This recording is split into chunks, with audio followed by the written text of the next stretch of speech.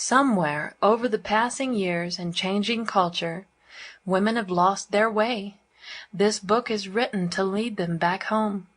Regardless of how you began your marriage or how dark and lonely the path that has brought you to where you are now, I want you to know that it is possible today to have a marriage so good and so fulfilling that it can only be explained as a miracle.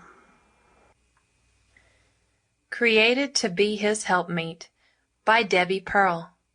Audio by Debi's daughter, Rebecca Joy Annist. Acknowledgement. There is not a day of my life that I do not wake up and thank God He gave me the wonderful task of being a helpmeet to Michael Pearl.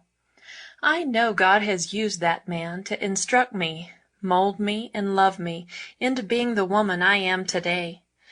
This book is as much his product as it is mine. He encouraged my sloppy beginnings, rewrote my half-hearted second tries, cheered me on when I grew weary and wanted to quit, and then gave me weeks free of my responsibilities as his helpmeet so that I might finish the task. My son-in-law, Gabriel Annist, and my daughter, Rebecca Joy Annist, gave me the idea and much of the information for the section on the 3 types of men, which made understanding men so much simpler. Becca also provided examples, ideas, and scripture included in other parts of this book. I consider her co-author of this book. The daily letters I have received during the last several years have instructed me and caused me to seek the face of God for answers. By seeing the heartache or the triumph of thousands of women, I have been able to identify patterns of success and patterns of destruction. Also, hearing from so many hurting women has given me growing urgency to share what God has taught me. A big thank you to all of you whose letters I have used in writing this book. Contents: Part 1, The Helpmeet. Part 2, Titus 2. Once upon a time. Once upon a time there was a silly young girl who grew up to learn what it means to be a helpmeet, God's secret for a heavenly marriage.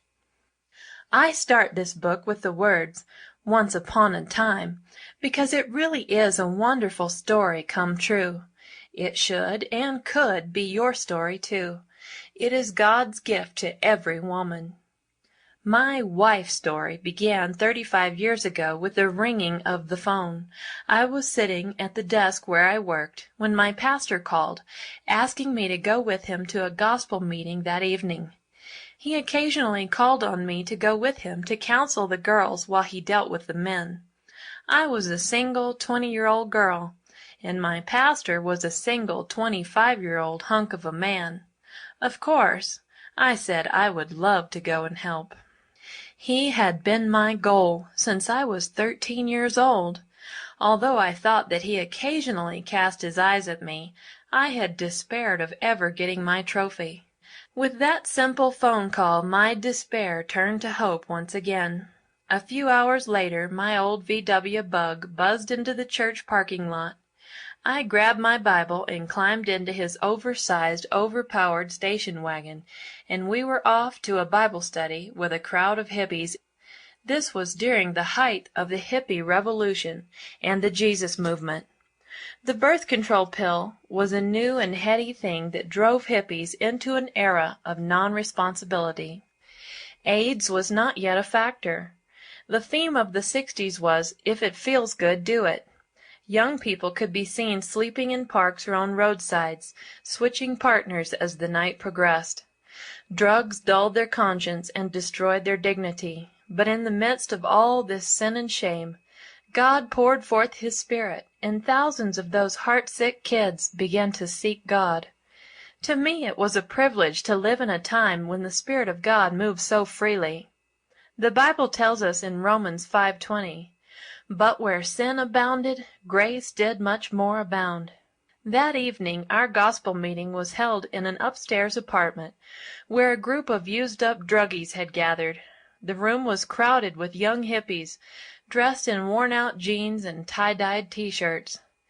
My pastor began to share the gospel of Jesus Christ, and they listened as if every word were straight from God.